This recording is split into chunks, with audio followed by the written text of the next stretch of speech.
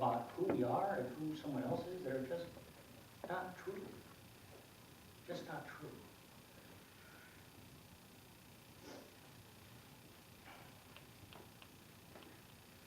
See, he taught that the kingdom of heaven is within.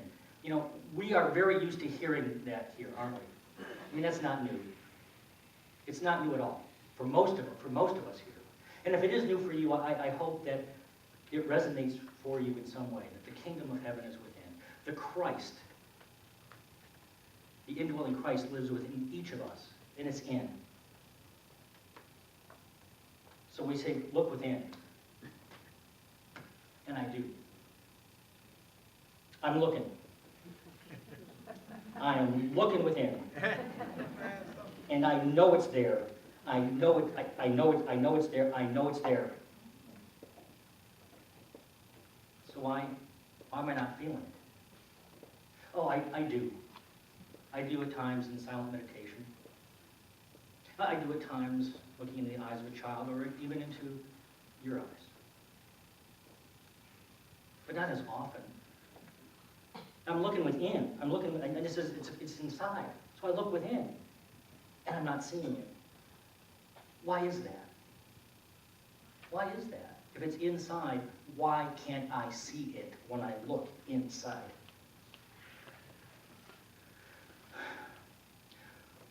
I gave myself a gift last week. It was a very profound gift. It's a gift I hope one or more of you offer yourself at some point in your journey.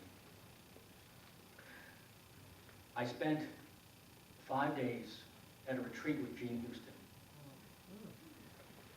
Gene Houston, for me, I'm not selling this. I'm saying, I'm sharing with you what she is for me, is a true prophet, a real mystic, and an accessible mentor. And God willing, she'll be on the planet for a number of years to come, and I'll be able to share more time with her, because that's my stated intention. You can witness it, because it's such a blessing in my life. Jean Houston is a woman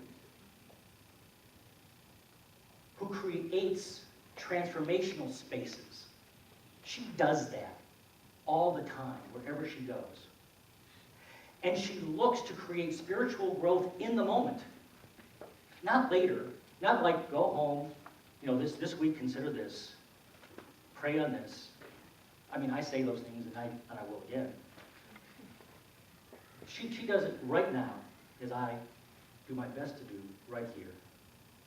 She creates spiritual growth in that moment, and then she moves energy in the room that allows it to unfold right then and there. I watched her do this time and time and time again in those 5 days. Powerful. Well, Saturday morning, we were a day and an evening into the retreat. Saturday morning, we learned this, retreat participants learn this after the fact.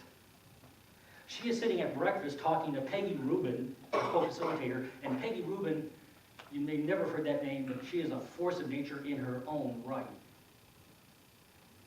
She's been working with Gene for 35 years. She's telling Peggy Rubin, unbeknownst to us, you know, this lecture I wrote for this morning, I'm not feeling it. I'm not happy with it. She goes, I don't know what to do. And in walks this beautiful black woman named Belvy. Belvy. Now, Belvy had met Gene once before, and she knew that Gene was in the area, and she was in the area, so she wanted to stop by inside and just say hello.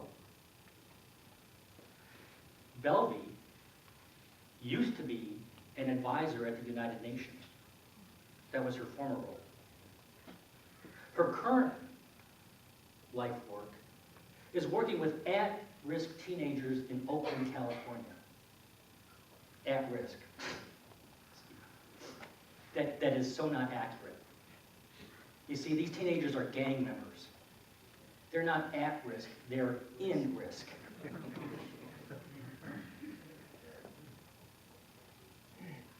Well, the topic for the morning, the topic for the lecture, was adolescence and its inherent creativity. You think about that, adolescence, creativity. I mean, think about all the things bubbling up in adolescence. I mean, there are a lot of creative, powerful juices in adolescence. And that was the topic. And as I told you, Jean was not happy with what she'd written down. Jean, it's like, don't like this. Belvy, working with what? Teenagers, adolescents. Ding. Divine moment. Spiritual growth, here and now. Jean saw the whole path for the next 3 hours, right then and there. So when we convened after breakfast in our retreat, she invites Belvy to come forward and to tell her story. To share with us how she works with these teenage gang members in Oakland, California. To share a little bit about their life situation, the challenges they have. The need for money, the use of drugs, and all the rest that goes with that lifestyle.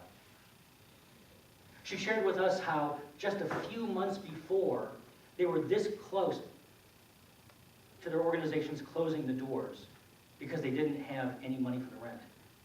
And they got a last-minute allocation of $30,000 from a government agency in California that assured they would have at least one more year of operation. She shared all of this. And then Jean said, Belvy, please share with us your mission. And she went on to say many wonderful things, wonderful good things. But it wasn't clear, and it wasn't focused, and it wasn't overarching, and it didn't create a transformational space as a mission should. And so Jean invited all those who felt called to come forward, all of us to come forward that wanted to prayerfully lay hands on Belvy as she sat. We circled around her.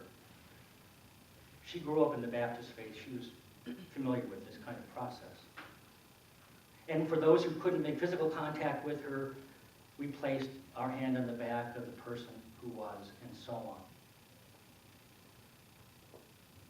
And we held her there.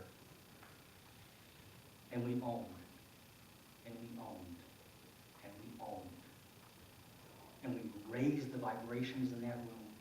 We raised the energy in that room. The roof was raised in that room.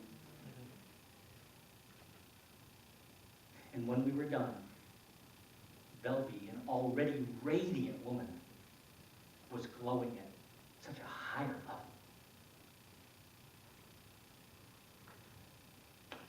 And then Jean said, we'll take a 15-minute break.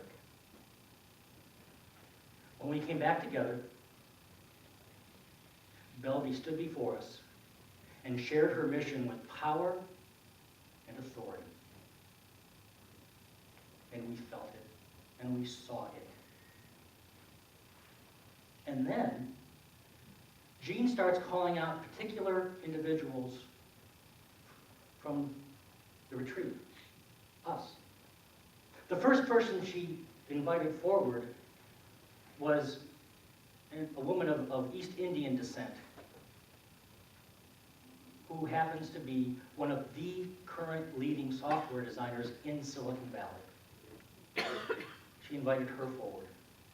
She next invited forward an African-American woman who was a short time ago the assistant governor of the state of Michigan.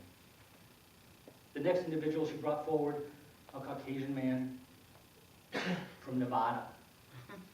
He happens to be the state's leading consultant to philanthropies on grant writing and fundraising. He serves the 24 top philanthropies in the state of Nevada. And he's constantly creating more, and not only in Nevada. He's created 2 for Jean on his own, from his own heart. Next, she invited up Swami Vivekananda. Some of us know the Swami. I have heard the Swami before. The Swami is both a comedian and a facilitator of social change. He just doesn't tell jokes. And the jokes in themselves are deeply spiritually instructive. But he does much more than that in his life. He works with people in the trenches on social change.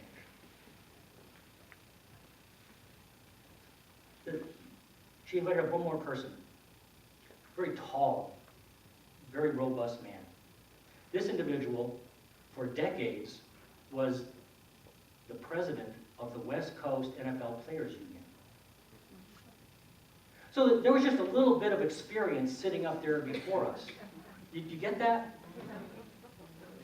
You know, the history and the talents that are now assembled around Bellevue. A woman also of great experience, having been an advisor at the UN. So this is what Jean Houston calls social artistry. I love that term, social artistry. Painting with society. Who is society? Raise your hand. And so when they're all assembled, she looks to each one and she says, all right, here's what I want to know. What are you willing to give Bellevue now? What are you willing to commit to in this moment to support her mission? And the first person who spoke, the software designer, said, I commit to working with you to create a strategic plan, a specific strategic plan to support your organization, your foundation. You think that's big? Second person to speak was the gentleman from Nevada. And he said, I will work with you to develop a fundraising program and help you write at least 2 specific grants. I commit to you this day. Swami Vivekananda said, I'll show up and I'm going to work with your teenagers to help them create their own story. I'm going to give them the tools so that they can write their own story, they can speak it, and it will be heard and witnessed. You feel the power in that gift.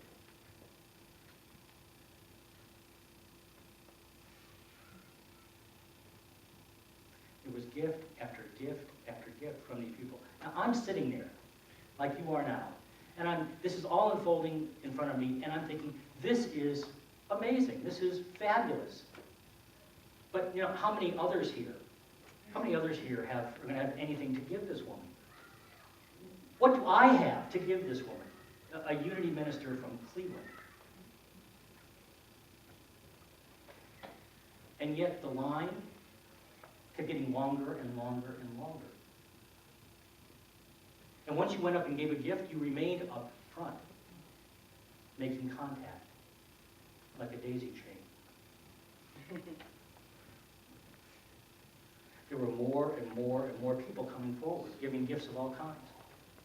And about 20 minutes later, it came to me, the gift that I had, that I wanted to share.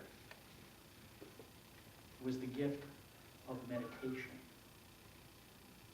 Something that has transformed my life and does so on a daily basis. And so my gift were 10 meditation CDs, supported by the prayer that these meditations would provide a new depth of inner guidance for the young people she works with, that she loves and supports. Now the man who spoke after me, his name is Jason. Jason is I changed his name just for confidentiality's sake, but Jason works well. Jason is a tall, somewhat quiet Englishman. And he took the microphone and he stood before Bellevue and he looked into her eyes and he said, I carry a heavy burden. He said, my family